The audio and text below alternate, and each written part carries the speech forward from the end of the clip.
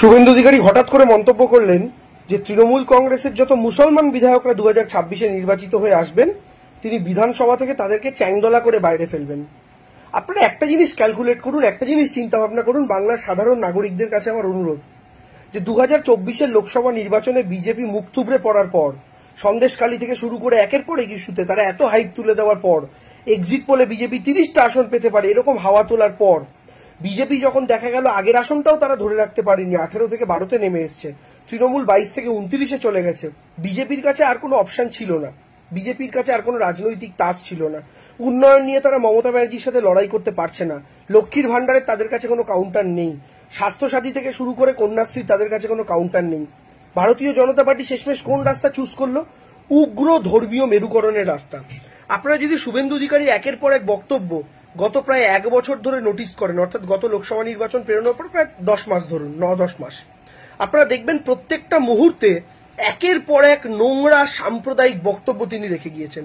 এবং স্বাভাবিকভাবে তিনি যখন এক একটা সাম্প্রদায়িক বক্তব্য রেখেছেন তিনি খুব ভালো মতোই জানেন যে বিরোধী রাজনৈতিক দল উল্টো দিকে যারা আছে তাদের মধ্যে থেকেও কেউ কেউ পাল্টা একটা কাউন্টার দেবে যেটা দিয়ে পোলারাইজ হবে। যেমন স্বাভাবিকভাবেই ধরুন আমাদের দলের বিধায়ক হুমায়ুন কবির, শুভেন্দু অধিকারী যখন এই কথাটা বলেছেন তিনি শুভেন্দু অধিকারীকে একটা পাল্টা কাউন্টার দিয়েছেন।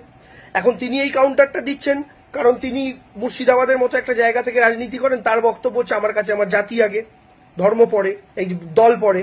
এই বক্তব্য রাখার পর তৃণমূল কংগ্রেসও তাকে শোকজ করেছে, কারণ তৃণমূল কোংগ্রেস দল হিসাবে কোন রকমের এক্সট্রিমিজমকে সমর্থন করে না, সেটা ইসলামিক এক্সট্রিমিজম হোক, সেটা হিন্দু এক্সট্রিমিজম হোক, বা সেটা যে কিছু হতে পারে, আমরা সমর্থন করি না। তাই যে কোনো এক্সট্রিমিজমের পক্ষেই যারা থাকুক না কেন তাদেরকেই আমরা সরিয়ে দিই। আমরা অন্যদের ক্ষেত্রে যা করি হুমায়ুন কবিরকেও আমরা সেক্ষেত্রে শোকজ করা হয়েছে। কিন্তু এই যে হুমায়ুন কবির পাল্টাটা দেবেন বা এক দুজনেই পাল্টাটা দেবেন এবং সেই পাল্টাটা দেওয়ার পরে যে লড়াইটা আসলে ধর্ম হয়ে যাবে, এটা শুভেন্দু অধিকারী তো জেনে বুঝেই করেছেন।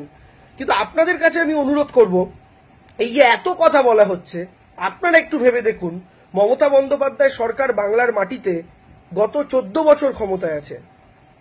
14 বছর, নট এ ম্যাটার অফ যোগ, এক যুগের থেকে 2 বছর বেশি। সত্যি সত্যি পশ্চিমবঙ্গ কি বাংলাদেশ হয়ে গেছে? সত্যি সত্যি কি পশ্চিমবঙ্গে হিন্দুরা সংখ্যালঘু হয়ে গেছে? তৃণমূল কংগ্রেস ক্ষমতায় আসার সময় যা পার্সেন্টেজ বা রেশিও ছিল তা কি বদলে গেছে? বদলে যায়নি তো। তৃণমূল কংগ্রেস ক্ষমতায় আসার সময় বরং আমি যদি উল্টো দিক দিয়ে আপনাদের বলি, হিন্দুদের উৎসবগুলোকে নিয়ে যে পরিমাণ বাংলায় উন্মাদনা ছিল, আর আজকে সেই জায়গা থেকে যদি বলি যে সরকারের সমর্থনে আমাদের হিন্দুদের দুর্গোৎসব, আমাদের হিন্দুদের একের পর এক প্রোগ্রাম রথযাত্রা থেকে শুরু করে সেগুলো কোন পর্যায়ে গেছে একবার ভেবে দেখুন তো। দুর্গাপুজো তো আমাদের হিন্দুদের উৎসব, সিপিএম এর সরকারের সময় দুর্গাপুজোকে সাহায্য করা সরকার করছে কোনোদিন শুনেছিলেন? সিপিএম এর সময় দুর্গাপুজো রেড রোডে কার্নিভ্যাল হচ্ছে কোনোদিন শুনেছিলেন? সিপিএম এর সময় দুর্গাপুজোকে কেন্দ্র করে বিপুল বিদেশি বাংলায় আসছে এই সংখ্যায় দেখেছিলেন? কিচ্ছু ছিল না। মমতা বন্দ্যোপাধ্যায় আসার পর হয়েছে। তো মমতা বন্দ্যোপাধ্যায় আসার পর যদি হিন্দুদের, বাঙালি হিন্দুদের সবচেয়ে বড় উৎসব দুর্গাপুজোর এভাবে ব্র্যান্ডিং হয়, তাহলে মমতা বন্দ্যোপাধ্যায় মুসলমান তোষণ করছেন নাকি হিন্দু তোষণ করছেন নাকি মানবতার তোষণ করছেন? এটা আমি আপনাদের ভাবতে অনুরোধ করবো।